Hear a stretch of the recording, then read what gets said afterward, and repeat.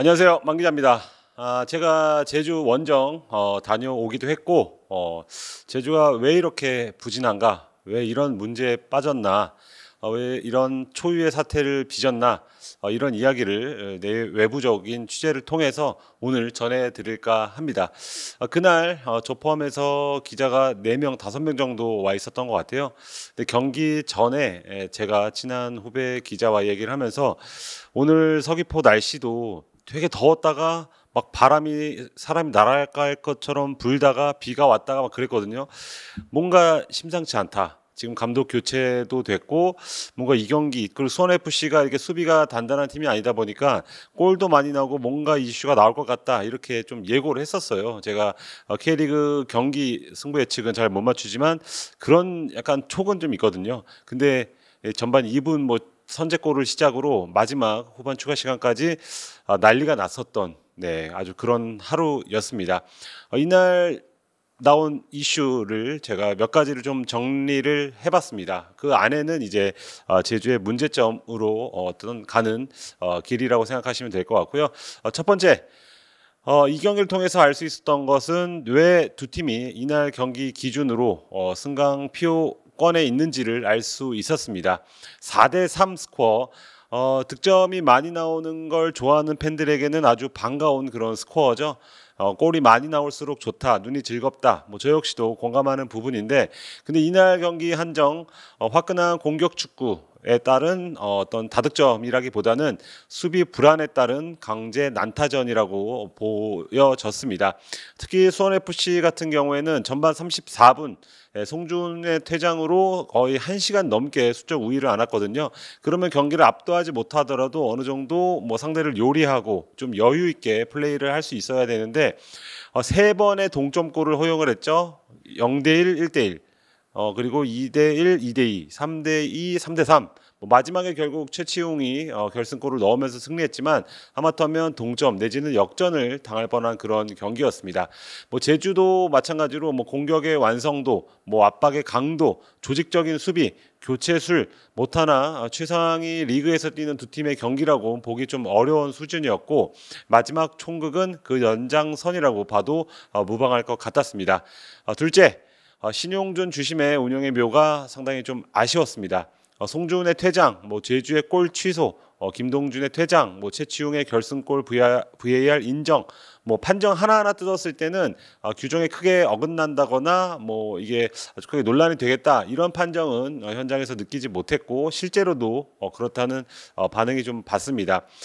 그런데 막판에 경기가 과열됐을 때 그걸 중재하는 게 심판의 가장 큰 어떤 존재 이유라고 좀 보거든요. 그러니까 일선 심판들이 하는 얘기 중에 골 인정, 파울 어떤 여부 이런 것보다는 양 팀이 최대한 공정한 분위기에서 그러니까 싸움이 나지 않는 분위기에서 경기를 어떤 운영하는 게 좋은 심판이다 이렇게들 얘기를 합니다. 근데 이번 경기를 관장한 심판진은 그것과는 상당한 좀 거리가 있었습니다. 제주가 흥분하는 타이밍이 있었죠. 김동준의 퇴장, 근데 김동준 선수가 퇴장을 받아들이지 못하고 심판, 주심 그리고 대기심과 대치를 했죠. 그리고 그 이후에 안태현 선수가 또 퇴장을 당했습니다. 공을 걷어낸다는. 근데 그것도 이제 심판의 판정에 대한 항의가 점점 거세졌다는 거죠.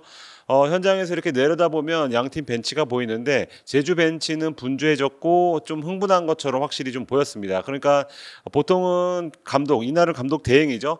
대행 혼자서 서서 지시를 한다거나 이게 원래 규정인데 여러 명이 나와서 왔다 갔다 하고 그리고 대기심과 계속해서 대화를 하고 그리고 제스처 자체가 일단 좀 흥분한 상태였고 경기장에 있는 선수들 역시도 코너킥 아니잖아요 라는 어떤 멘트를 하면서 안태현 선수가 공을 밖으로 걷어차는 그런 플레이가 있었고 퇴장을 당했습니다.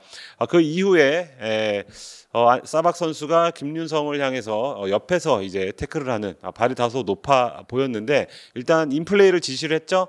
네, 그리고 나서 공이 사이드라인으로 나갔습니다. 그게 제주 벤치 앞에서 벌어졌는데 제주가 스로인을 하는 상황에서 사박 선수가 손으로 막았습니다. 이게 시즌 초에 올 시즌 초인가요? 작년 초인가요? 너무 오래돼서 올 시즌 초 같습니다. 권한규 선수의 퇴장 장면과 거의 흡사합니다.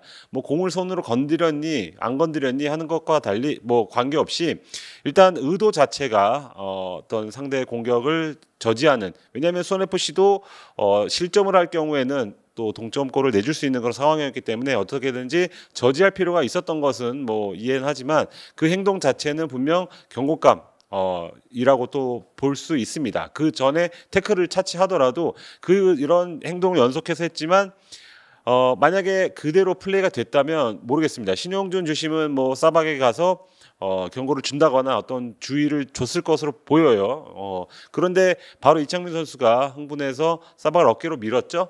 그리고 나서는 이제 벤치 클리어링이 발생을 하고 이창민 선수가 퇴장을 당한 데서 끝났습니다.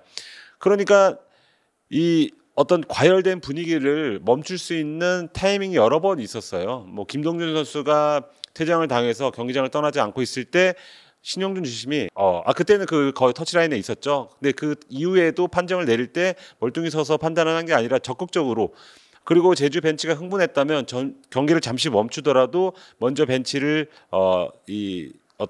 중재를 하고 이 제지를 하고 혹은 경고를 주고 주의를 주고 나서 다시 플레이를 시키고 이런 과정이 필요했는데, 너무 그 이슈마다 상황은 딱딱딱딱 판단을 하지만 전체적인 분위기 좀 딱딱해질 수밖에 없었던, 그러니까 제주 관중이 난입을 하고 뭐 터널 건물 위에 올라가고 아주 이런 일들이 일어났는데도 신용준 주심의 어떤 판단은 나는 내 원칙대로 내 그 규정에 따라서만 나는 판단을 하겠다, 이런 어떤 플레이가 나왔기 때문에 상당히 조금 아쉬운 운영의 묘라고 좀 생각이 들었습니다. 그러니까 경기 결과 그리고 내용과는 별개로 저는 그 점이 조금 더 경기를 과열되게 만들었다, 이렇게 보기 때문에 이런 현장에서 느낀 것을 좀 말씀을 드렸고요. 그런 점에서 신용준 주심의 플레이는 아쉬웠다, 다시 한번 좀 말씀을 드리고, 셋째, 제주의 어떤 플레이 행보도 낙제점에 가까웠습니다. 이날 경기는 올 시즌 전체를 총 집약한 것 같은 그런 느낌이었습니다. 불과 두 경기 전에 29라운드 안양전에서 유인수 선수가 팔꿈치로 이 퇴장을 당했었죠. 그런데 교훈을 전혀 얻지 못한 것 같아요. 뭐 이 베테랑, 특히 송주훈 선수, 팀에서 핵심적인 선수인데 팔꿈치를 휘둘러서 퇴장을 당했습니다.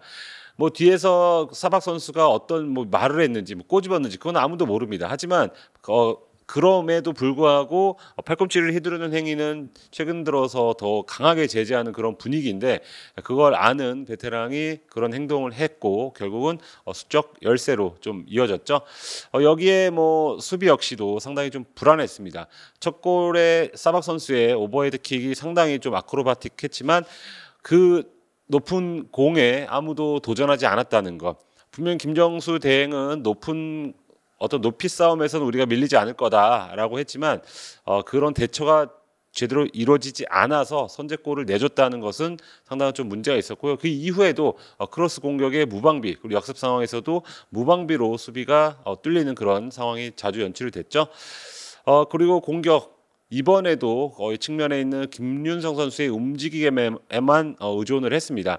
이게 최근에만 일어난 게 아니에요. 돌아보면 시즌 초에는 올해 신인인 김준하 선수의 어떤 플레이에 의존을 했습니다. 근데 제주가 뭐 김학범 감독 뒤에 얘기하겠지만 선수 부족, 뭐 우리가 쓸만한 공격수가 없다, 뭐 이렇게 평가를 자체적으로 할지 몰라요. 근데 전반적인 리그 전체적으로 봤을 때는 제주의 스쿼드는 충분히 6강에 들 수 있는 스쿼드라고 보고 있습니다. 저 역시도 4등, 5등은 충분히 할 수 있는 스쿼드라고 보거든요. 뭐 외국인이 부족하다, 뭐 그런 평가는 있을 수 있지만 일단 외국인 영입이 잘못된 거를 떠나서 뭐 강원 같은 경우에는 외국인을 거의 활용하지 않고 강투지 선수를 제외하고는 그러고도 지금 성과를 어느 정도 내고 있다는 점을 볼 때는 기존에 있는 선수를 얼마나 잘 파악하고 얼마나 조직을 잘 이루고 어떻게 잘 활용하느냐가 중요한 건데 그게 잘 이루어지지 않았다는 거예요. 그러니까 막판에 지금 김윤성 거의 원툴처럼 지금 팀이 굴러가고 있죠. 근데 김윤성 선수는 풀백 출신에다가 뭐 공격적으로 공격 포인트를 뭐 양산하고 마음껏 생산하는 그런 유형은 또 아니에요. 그러니까 어쩔 수 없이 공격이 답답해질 수밖에 없다는 겁니다. 남태희 선수, 뭐 티아고, 뭐 데닐손, 뭐 유리 조나탄, 너무나 많은 자원들이 있음에도 불구하고 이런 점이 잘 활용되지 않았다는 것. 뭐 이날은 비록 3골, 뭐 남태희 선수 프리킥까지 넣었다고는 하지만 전반적인 경기 운영은 시즌 내내 답답했던 것과 좀 비슷했다. 그리고 조직적인 움직임 없었죠. 막판에 집중력까지 흔들리면서 4골을 헌납한 건 딱 올 시즌 김학범 체제의 제주와 아주 닮은 그런 구석이 있는 그런 경기였습니다.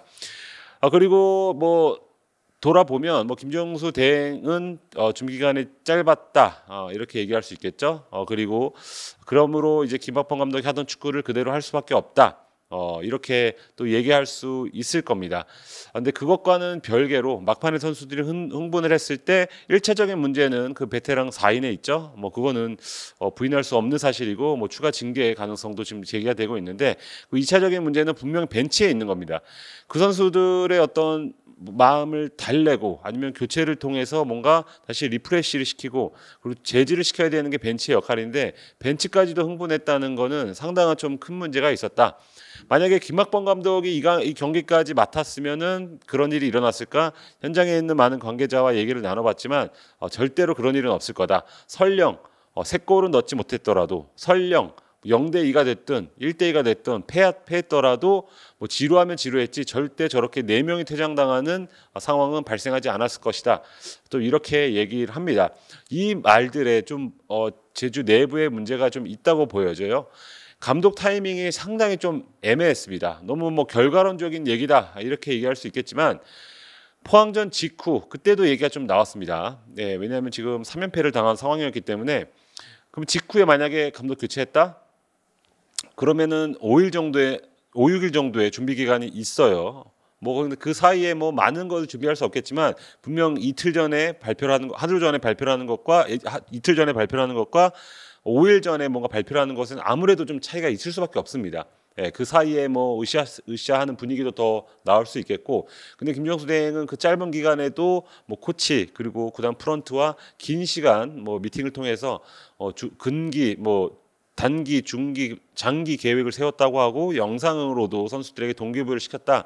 뭐 이렇게 좀 얘기를 했지만 그 어떤 분위기를 바꾸는데 어떤 극약 처방이 나오기까지는 시간이 확실히 좀 부족할 수밖에 없었습니다.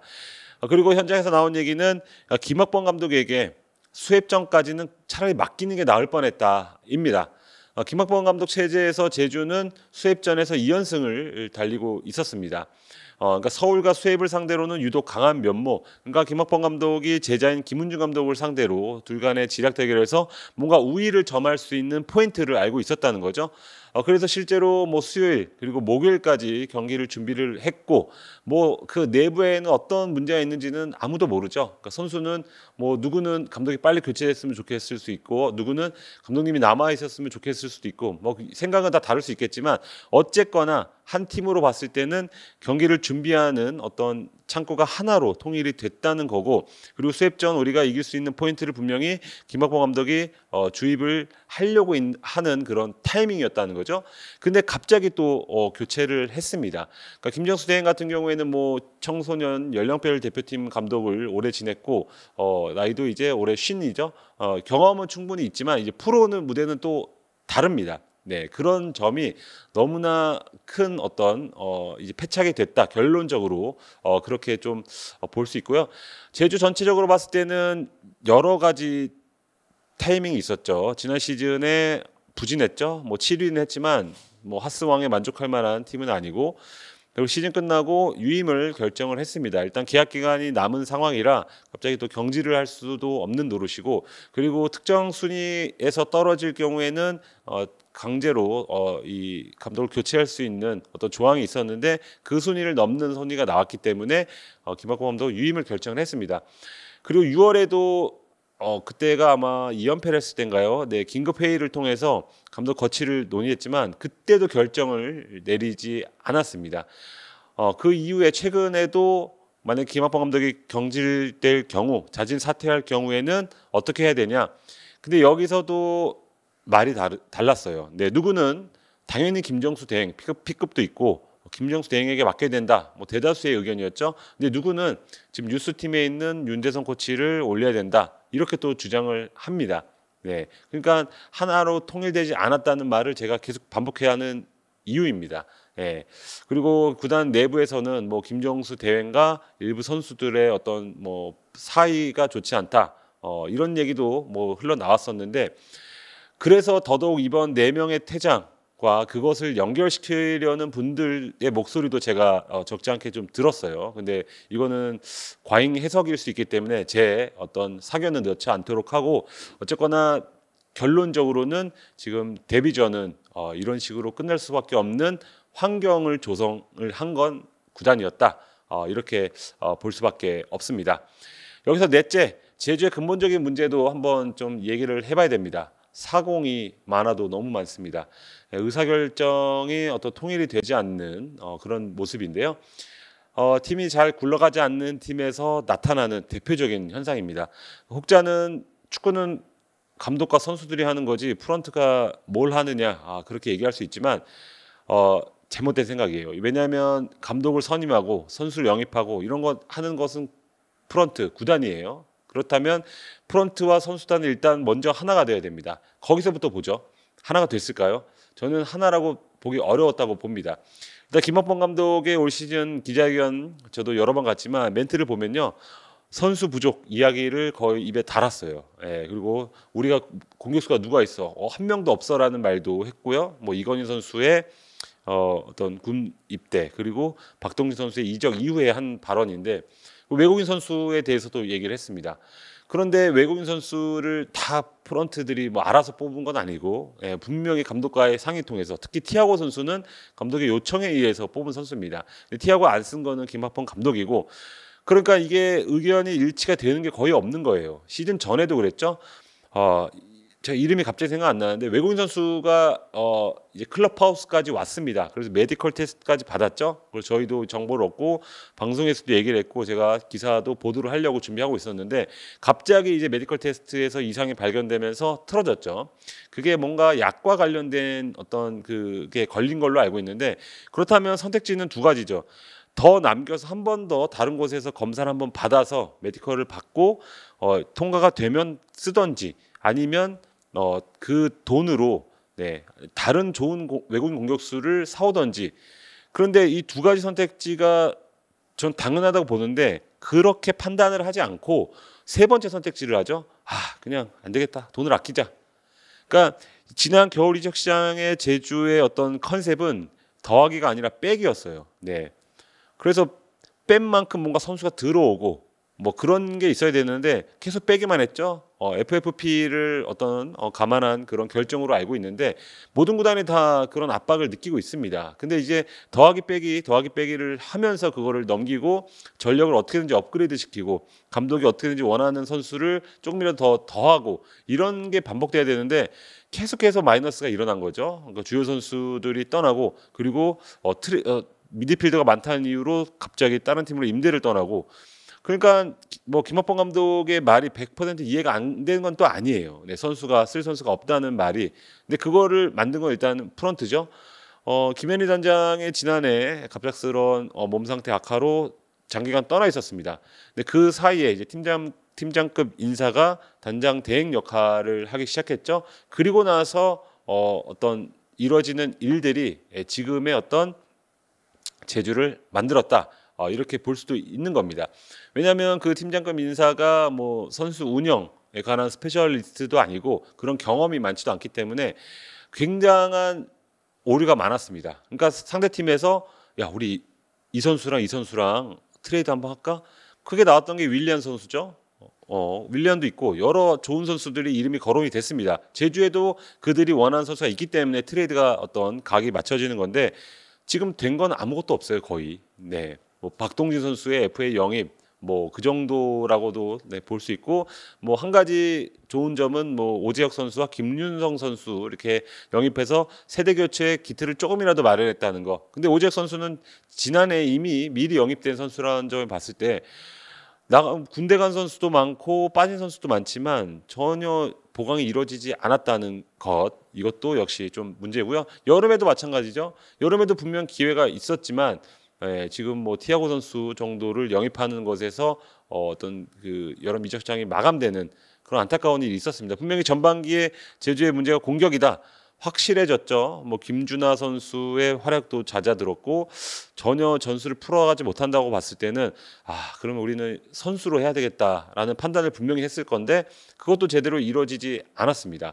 아까 언급한 김영희 단장은 여름에 이제 복귀를 했죠. 그리고 돌아왔을 때 그때부터는 또 이 아까 처음에 말한 사공이 많은 그런 상황이 발생할 수밖에 없었습니다.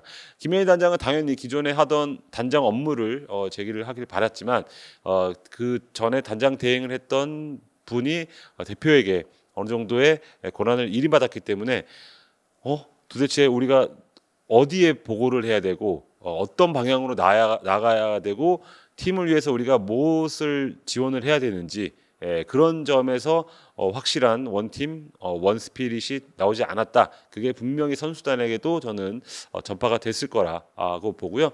그리고 문제 해결 능력을 좀 지적을 하고 싶어요. 네, 제가 알기로 시즌 전인가요? 동계훈련 때 이 스태프와 일부 코치 사이에 대단한 좀 충돌이 있었던 걸로 알고 있습니다. 네, 이건 뭐 흔히 구단을 운영할 때 선수단에서 흔히 발생하는 일이라고는 하지만 그때 제가 알기로는 그렇게 문제 해결 의지가 나타나지 않았던 걸로 알고 있어요. 뭐 김학범 감독뿐만 아니고 구단에서도 마찬가지죠. 그리고 나서 김학범 감독 체제에서 우리가 더 이상 뭔가 반등의 기미가 보이지 않는다고 했을 때 구청용 대표는 따로 문제 해결 의지를 보이지 않았습니다. 계속해서 좋은 식으로 그냥 믿음, 그리고 유임, 계속 이런 결정을 내렸죠. 그러니까 이런 문제 해결이 하나하나씩 이루어져야 돼요. 네, 이게 굉장히 중요하죠. 지금 반등한 팀들 보십시오. 안양, 강원, 뭐 그런 팀들 보면 분명 그 안에서 많은 똑같은 비슷한 이유가 어떤 문제가 있었을 텐데 하나하나씩 해결하는 겁니다. 그거는 수장이 하는 일이죠. 선수단의 수장은 감독이고 프런트의 수장은 대표이사고 그러니까 그 수장 중심으로 문제를 하나하나씩 해결을 해가면서 우리가 어떤 특정한 같은 방향으로 나아가야 되는데 뭐 스태프와 코치가 감정 충돌이 있었을 때도 뚜렷한 문제 해결 능력이 없고 선수들 사이에서 특정 코치에 대한 불만이 나왔을 때 특정한 문제 해결 의지가 없고 감독에 대한 교체 요구가 빗발쳤을 때도 특정한 문제 해결 의지가 또 없는 겁니다. 다 유야무야 넘어간 거예요. 근데 그게 뭐 어쩌다 한번 승리하고 어쩌다 한번 승점을 따고 이러면은 약간은 시작되는 감이 있지만 그게 완전한 해결은 아니거든요. 근데 그런 게 작은 게 지금 쌓인 게 지금의 제주인 겁니다. 네, 이게 굉장히 저는 큰 문제라고 좀 생각이 들어요. 그러다 보니까 감독 교체 타이밍도 애매해졌고 팀 분위기는 더더욱 애매해져서 2019년에 강등당했을 때 그 팀을 보는 것 같다. 그때 역시도 문제 해결 능력, 상황 판단 그게 문제가 됐었거든요. 근데 최근에 강등된 팀들 역시도 같은 문제를 안고서 2부로 떨어졌는데 제주는 유인수의 팔꿈치에서도 어떤 교훈을 얻지 못했고 이 기존의 다른 강등팀에게서도 지금 교훈을 좀 얻지 못한 것으로 그렇게 좀 보여집니다.